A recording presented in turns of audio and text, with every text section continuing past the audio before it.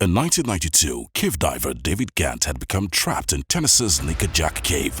This crazy situation has been dubbed the Bat Cave Miracle. Let's get into how it all started.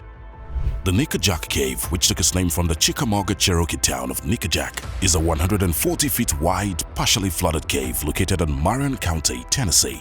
It is one of the thousands of cave systems located in East Tennessee. Originally 50 feet high, it was partially flooded by the Tennessee Valley Authority due to the construction of the Nickajack Dam in 1967 and is now submerged by 25 to 30 feet of water at the entrance. This dam also led to the creation of the Nickajack Lake, which runs for 215 miles. The Nickajack Cave is unique for so many reasons, as it was once a refuge for Native Americans, and Chickamauga Indians were said to hold war dances around the entrance to resist the white settlers. It was also a hideout for pirates who preyed on travelers who came down the Tennessee River, as the features of the cave made it a hotbed for a lot of adventurous people, especially when the cave became commercialized. The town where the cave is located was attacked and destroyed in 1794 by the Nickajack expedition, while the cave was also continuously mined for saltpeter, a key ingredient of gunpowder. In the 19th century, at the point where the land where the cave is found was owned by the Cherokee, and through the American Civil War until around 1864, when it became occupied by federal troops, although it was still commercially exploited on and off for a few more years. Interestingly, the Nickajack Cave is home to a colony of an endangered species of bats, the gray bats, with a population of around 100,000, which have their females come out each spring to give birth and raise their young. At least 3 endemic species were exterminated in the construction of the Nickajack Dam in 1967, which led the endangered animals in the cave to be protected from exploration by the TVA through new laws in 1980. And this was still the case on the night of the 15th of August 1992, a night David Gant thought might be his last. David Gant was a diving enthusiast who usually explored and fished around the underwater caves in the Tennessee area.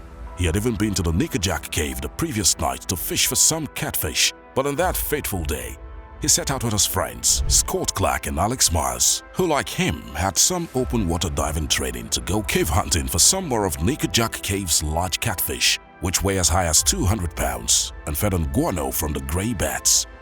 Despite the fact that the cave was banned from exploration, his previous successes on a similar expedition meant he was motivated to go on another run to get that coveted trophy catch on that fateful night.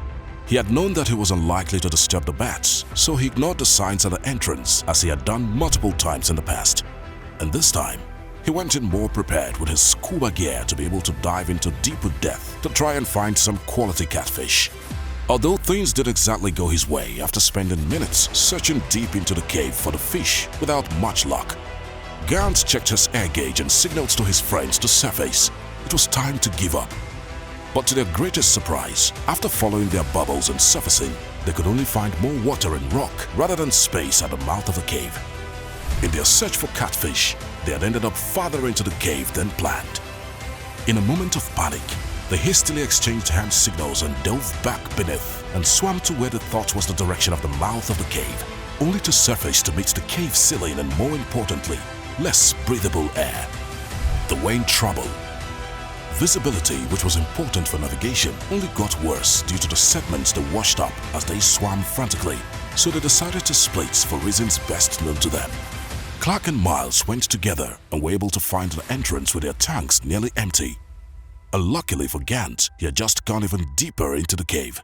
When he surfaced, he was able to find a pocket of air, but with a basically empty air tank.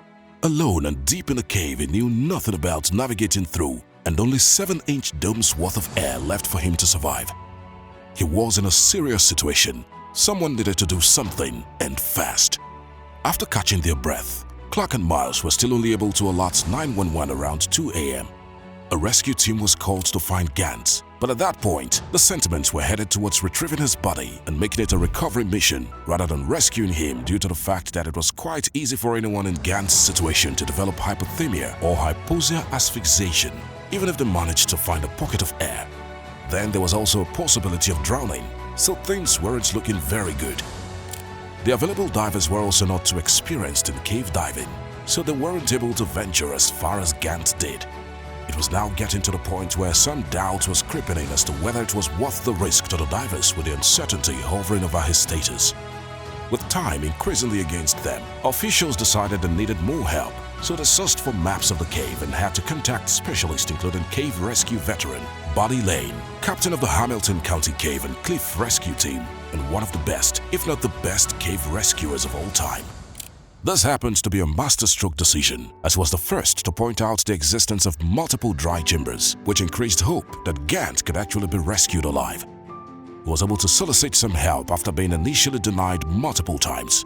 This meant they were able to request the operation to be shifted back to a Rescue 1 from the recovery status it was at, even though this was still met by some resistance.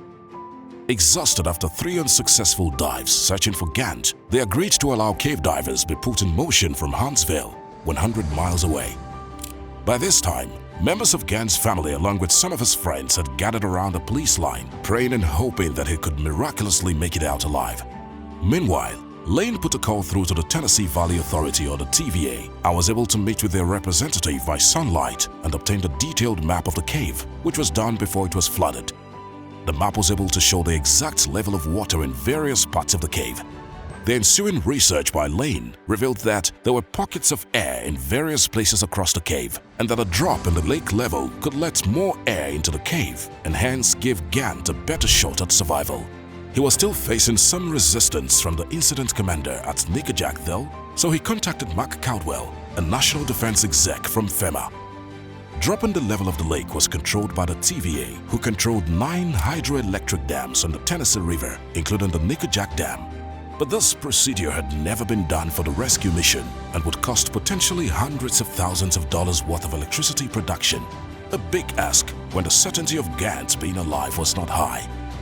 Caldwell, who also volunteered as a state emergency services coordinator based in Chattanooga, had extensive experience helping Lane and his lieutenant, Dennis Curry, and their trusted judgment, knowing how skilled they were, and drove 45 minutes to the point of the incident. It is important to note that, at this point, the IC was still classifying the incident as a recovery operation. So this was a dilemma for Caldwell, who had to pick between Lane and Curry's optimism and the pessimism of the incident commander.